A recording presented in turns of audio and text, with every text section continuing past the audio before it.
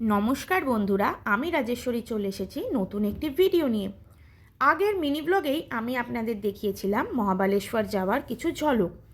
মহাবালেশ্বরের একটি প্রধান আকর্ষণ হলো ম্যাপ্রো গার্ডেন, যেইখানে বিশাল জায়গা নিয়ে রয়েছে একটি সুন্দর করে সাজানো গার্ডেন। হরেক রকমের সুন্দর সুন্দর ফুল লাগানো, আর সুন্দর করে গার্ডেনটা সাজিয়ে রাখা হয়েছে যাতে জায়গাটির মনোরম পরিবেশ তৈরি করে। এই ফুল বাগানের একপাশে বেশ খানিকটা জায়গায় ম্যাপ্রো তার প্রোডাক্ট শো করে রেখেছে।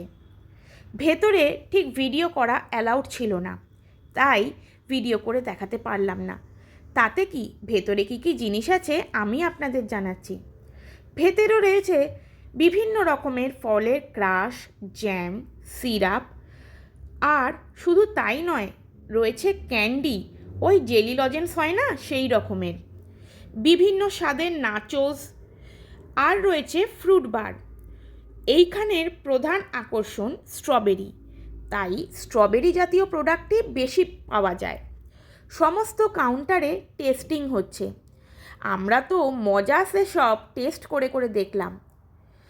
আর আকর্ষণ ছিল বাচ্চাদের কিছু গেম, সেইগুলোর স্পন্সর ছিল ম্যাপ্রো, আর ছিল সেলফি জোন। আর এখানকার শো স্টপার হলো আইসক্রিম পার্লার, রকমারি ফ্লেভারে ঠাসা। আমরাও আইসক্রিমের মজা নিলাম আর নিজেরাও কিছু ফানি পোস্ট দিলাম। আফটার অল ছবি তো তুলতেই হবে। ম্যাপ্রোর বিভিন্ন প্রোডাক্ট আমরা এখান থেকে কিনেছিলাম।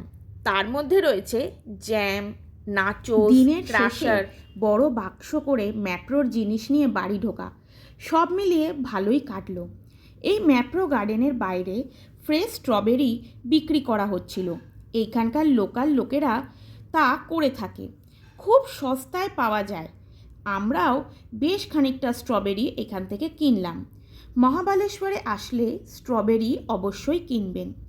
পরের ভিডিওতে মহাবালেশ্বরে আর কি কি জায়গা আমরা ঘুরলাম তা আপনাদের দেখাবো। আপনারা লাইক করে ভিডিওটি কেমন লাগলো অবশ্যই জানাবেন। বাই।